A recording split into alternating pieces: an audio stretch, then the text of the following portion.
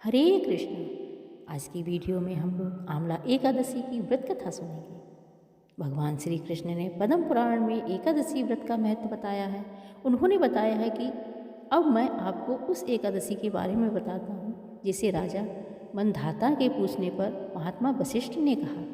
फाल्गुन शुक्ल पक्ष की एकादशी का नाम आंवले की एकादशी है। ऐसा कहा जाता है जो इस एकादशी का व्रत करता है वो विष्णु लोक हो जाता है। त्रेता युग में एक बार राजा मंधाता ने ऋषि वशिष्ठ जी से अनुरोध किया कि अगर आप मुझसे प्रसन्न हैं तो कोई ऐसा व्रत बताएं जिससे मेरा हर प्रकार से कल्याण हो। उन्होंने कहा, वैसे तो सभी व्रत उत्तम हैं, लेकिन सबसे उत्तम व्रत है एकादशी का व्रत, जिसको करने से सभी पापों का नाश होता है। इस व्रत को करने से 1000 गायों के दान के बराबर फल मिलता है। बताया कि आंवला की महान वृक्ष है जो सब पापों का नाश करने वाला है। उन्होंने बताया कि सर्वश्रेष्ठ आंवलकी का वृक्ष भगवान विष्णु जी को प्रिय है। इसके स्मरण मात्र से गोदान का फल मिलता है। स्पर्श करने से उससे दूना और फल भक्षण करने से द्विगुना पुण्य प्राप्त होता है।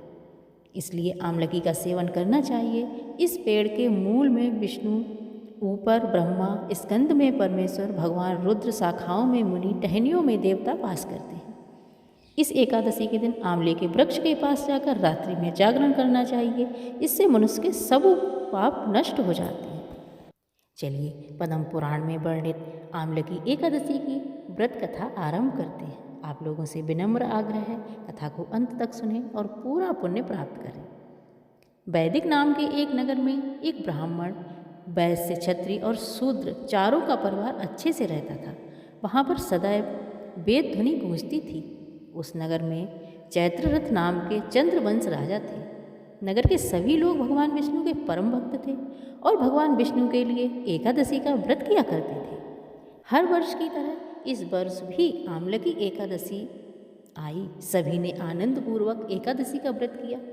राजा प्रजा के साथ मंदिर में आंवले के वृक्ष की सभी नववेद आदि से पूजन करने गए। मंदिर में सभी ने रात्रि जागरण किया। उस दिन वहाँ एक दुराचारी और पापी बहेलिया आया। वह जीव हत्या करके अपना घर चलाता था। एक दिन उसे कोई शिकार नहीं मिला, इसलिए उस दिन वह वहाँ भूखा रहा। भूख के कारण एक मंदिर में चला गया और एकादश व्रत का महात्म्य सुनने लगा। रात में उसने कुछ नहीं खाया और घर जाकर भोजन किया। अनजाने में उससे एकादशी का व्रत हो गया।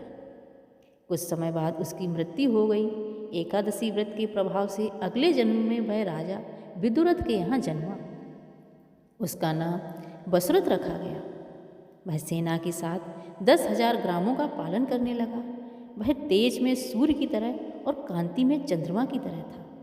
वह विष्णु भक्त था और दान करना और यज्ञ करना उसका काम था। एक दिन राजा बसुरथ शिकार खेलने वन में गया और रास्ता भटक गया। तभी राजा को एक आवाज़ आई कि कुछ मलेच्छ उसे मारने आ रहे हैं। उनका कहना था कि राजा ने उन्हें राज्य से बाहर निकलवाया है और अब वो राजा को नहीं छोड़ेंगे। इस पर वो अपने अस्त्र लेकर राजा को मारने दौड़े, लेकिन राजा पर उनके कोई अस्त्र का कोई प्रभाव ही नहीं हुआ और राजा के शरीर से एक देवी उत्पन्न हुई और उन्होंने सभी मलेच्छ को मार दिया। इस प्रकार भविष्यवाणी हुई कि तुम्हारी रक्षा स्वयं भगवान विष्णु ने की है। इस प्रकार उस दिन एक दिन के आंवले की एकादशी के व्रत के प्रभाव से सब अच्छे से हो गया। जो आंवले की एकादशी का व्रत करते हैं उनके सभी कार्य पूर्ण होते हैं और ऐसा व्यक्ति अंत में मोक्ष को प्राप्त करता है। आंवले की एकादशी को ब्रज में रंगभरनी एकादशी, श्रीनाथ द्वार में कुंज एकादशी तथा खाटू नगरी में खाटू एकादशी के नाम से भी जाना जाता है। इस एकादशी में आंवले के पेड़ की पूजा होती है क्योंकि कहा जाता है कि आंवले के वृक्ष में भगवान विष्णु का वास है।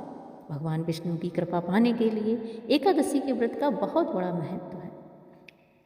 कथा के अंत में हम प्रार्थना करते हैं आप सभी के ऊपर भगवान विष्णु की कृपा और माता लक्ष्मी की कृपा हमेशा बरसती रहे। कथा आप लोगों को अच्छी लगी तो हमारे चैनल को लाइक, शेयर और सब्सक्राइब कर हमें सपोर्ट करें। धन्यवाद। ओम नमो भगवते वासुदेवाय।